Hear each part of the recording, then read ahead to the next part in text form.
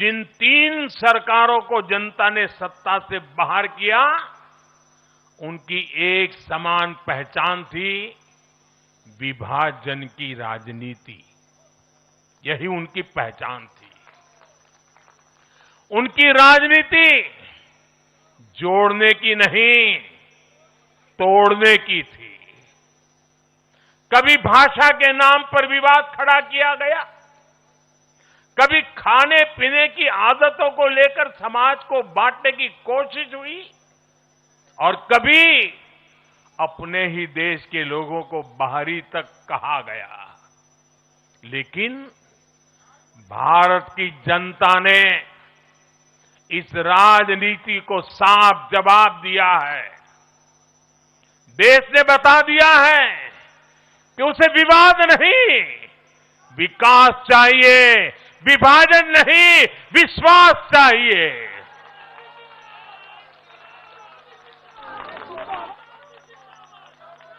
साथियों, आजादी के बाद कांग्रेस ने देश के करीब करीब हर राज्य में सरकारें बनाई। ये आजादी के आंदोलन का जो इमोशन था, उसका उनको लाभ मिला था, उसमें से उपजा हुआ जनादेश था।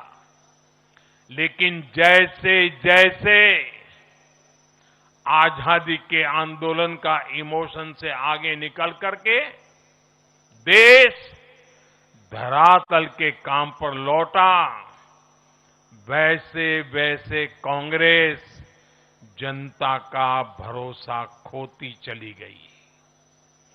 बीते दशकों में देश ने युवाओं की अनेक पीढ़ियां जोड़ी है, लेकिन कांग्रेस घटती ही चली गई है।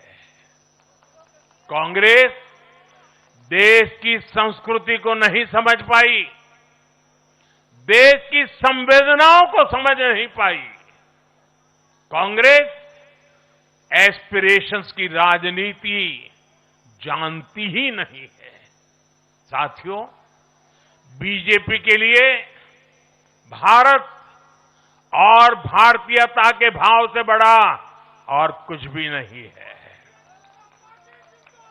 हमारे लिए भारत सब कुछ है, भारतीयता सब कुछ है।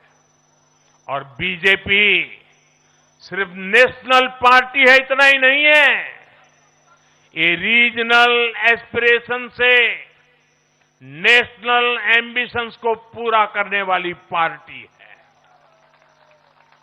इसलिए बीजेपी अपने विचार, विजन और विकास के विश्वास पर खरा उतरकर देश की पसंद बन रही है, जनता जनार्दन के आशीर्वाद प्राप्त कर रही है।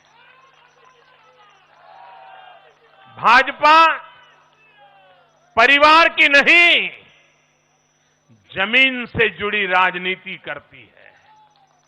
इसलिए आज नॉर्थ ईस्ट भाजपा से जुड़ता है।